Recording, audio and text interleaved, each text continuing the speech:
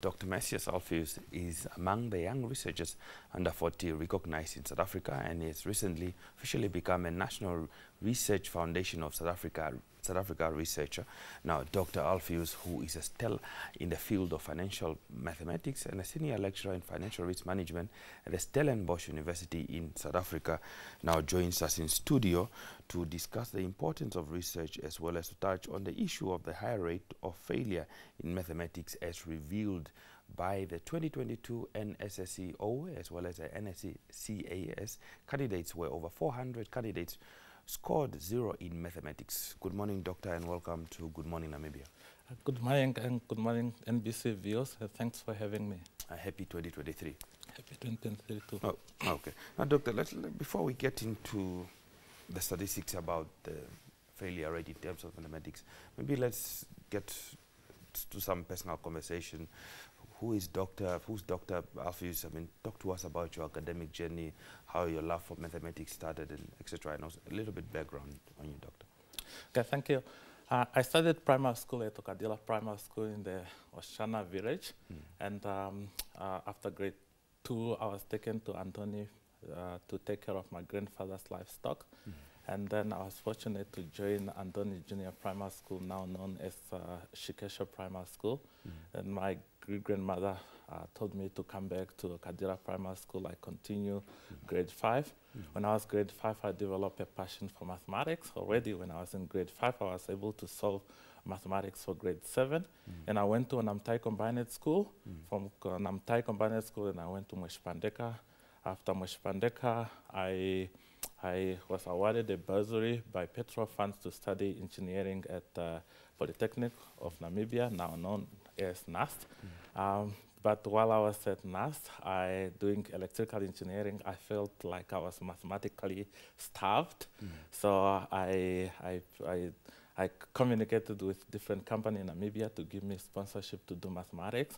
It was until I met Mr. Veston Malango, who is the CEO of Chamber of Mines, who helped me to get a scholarship from the Mineral Development Fund of the Ministry of Mines and Energy. And I got a scholarship to go to Stellenbosch to study mathematical sciences. But after 3 weeks of my study at Stellenbosch University, the university deregistered me because of my English. Then I came back to UNAM, and I did the Bachelor of Science in Mathematics and Physics. Then after UNAM, I went to Stellenbosch to do honors in financial mathematics, and which was jointly with AIMS, or Africa Institute for Mathematical Sciences. I continued with my master's at Stellenbosch University. Then after Stellenbosch University, I was awarded an international scholarship by the organization in a university in Sydney, and then I did my PhD in quantitative finance at University of Technology in Sydney. And after that, I got a position in Wollongong to teach financial mathematics. And after that, I also got an opportunity to do postdoc at UCT. And after that, I moved to Stellenbosch University, where I'm currently lecturing in financial risk management. Now, it's good to see a fellow alma mater of the University of Namibia, but congratulations, indeed, quite a journey. Quite a journey, quite a journey. Okay, let's talk to us about the fact that you are among researchers under 40 as recognized in South Africa. What does this achievement mean to you, especially seeing that you are in the academic field? I'm definitely humble and delighted about this outcome of NRF. Definitely, it's good to be rated by NRF, and definitely it's good. The good thing of being in academic is that you can be rewarded for doing something that you are passionate about. But definitely this is not a solo effort. The people that contributed towards my academic journey, and I would like to really thank them, from my great-grandmother in the village, my teachers, all my lecturers, my collaborators internationally. And I feel like I should continue doing research, impactful research in something that I'm passionate about, to contribute toward the development of financial mathematics, especially in Namibia and globally. Are we seeing possibly the aspect of you doing postdoctoral studies in terms of financial management?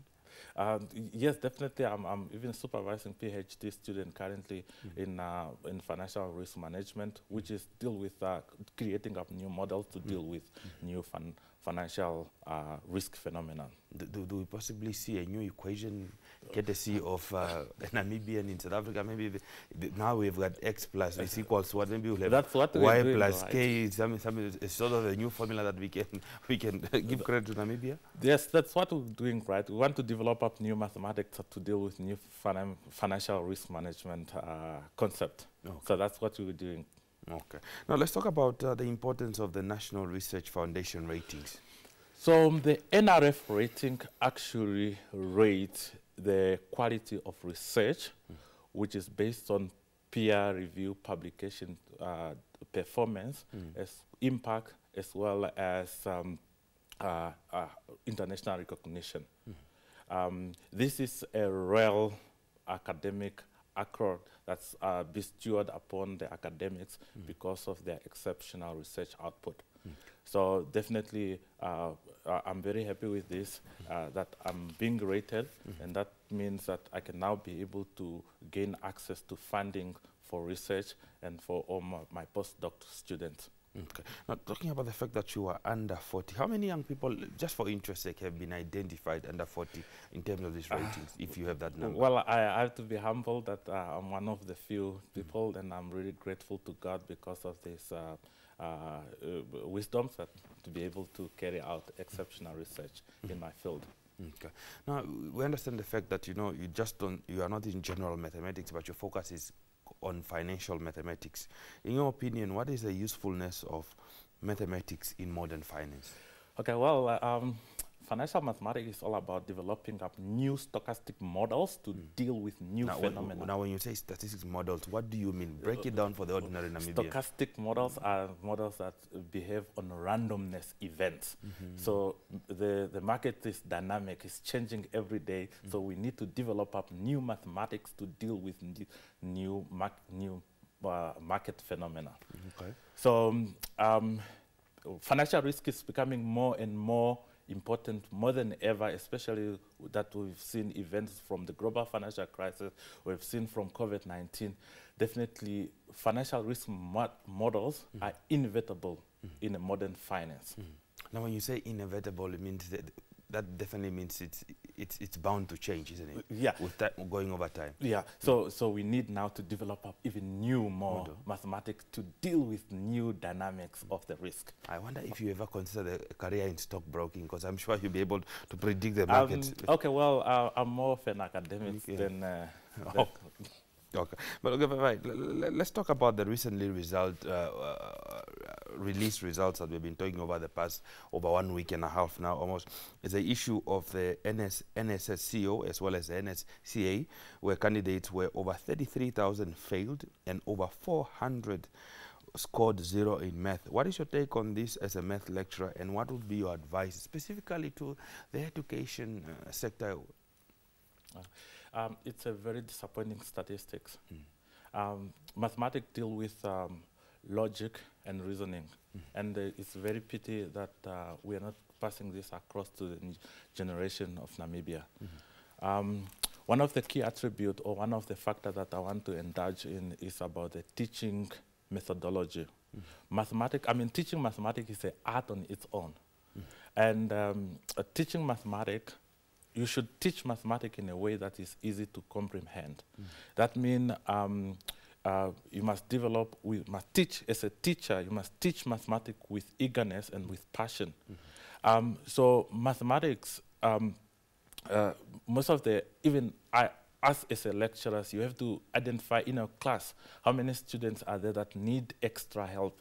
You make extra effort even during weekends, meet those students, to meet them, to help them grow and to develop a passion in mathematics. I like it when students come to me say, you rekindle my passion for mathematics, because they were struggling, but you spend extra effort, you go out of your comfort zone to help this student.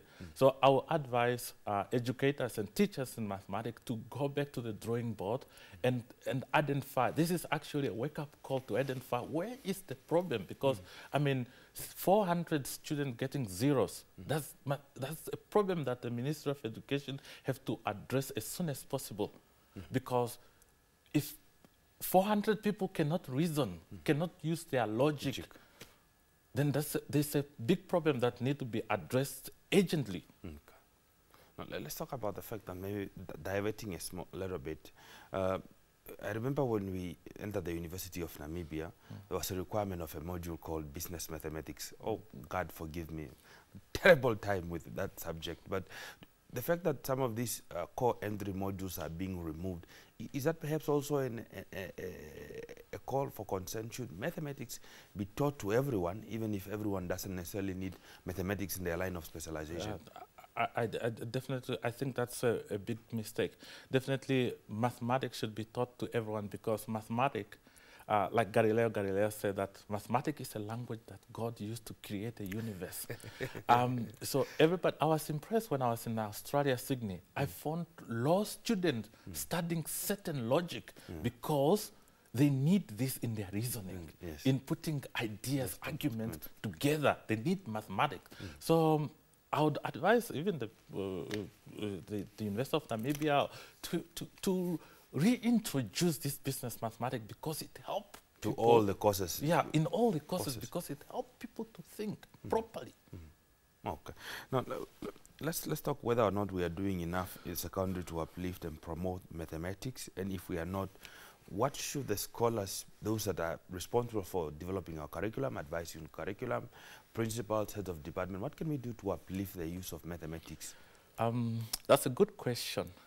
And I'm not sure if you are doing so much to promote mathematics in Namibia. But perhaps maybe from your practical experience that you're seeing in South Africa, where you are based in Stellenbosch, what are some of the practical lessons that you have learned that perhaps you can also give advice to Namibia? So in our Department of Statistics and Actuarial Science, we reach out to higher school to promote mathematics, to just create, maybe say every month we reach out to higher school, promote, encourage students to have a passion for mathematics and statistics.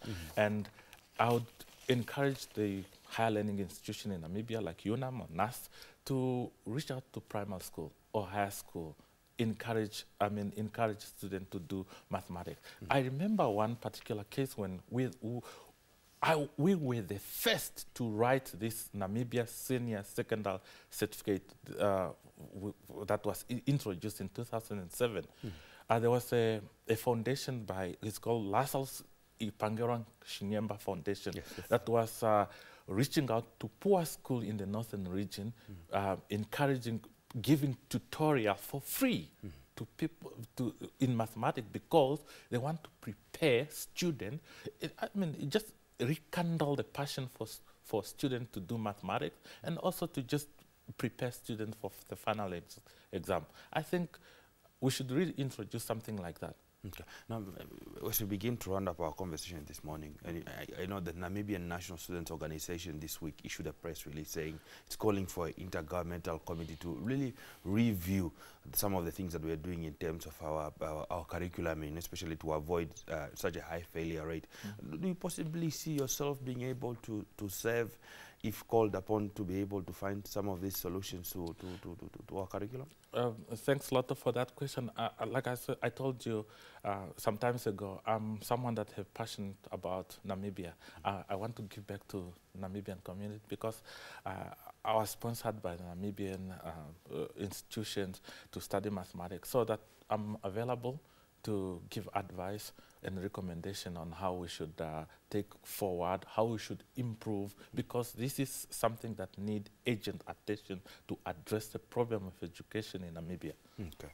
Now, as we begin now to conclude, for students who are watching you this morning, and maybe, or learners who are watching you, and maybe aspiring to take up a career in mathematics in the near future, what would be your advice to them? How do they get to where you have gotten while you're still under 40?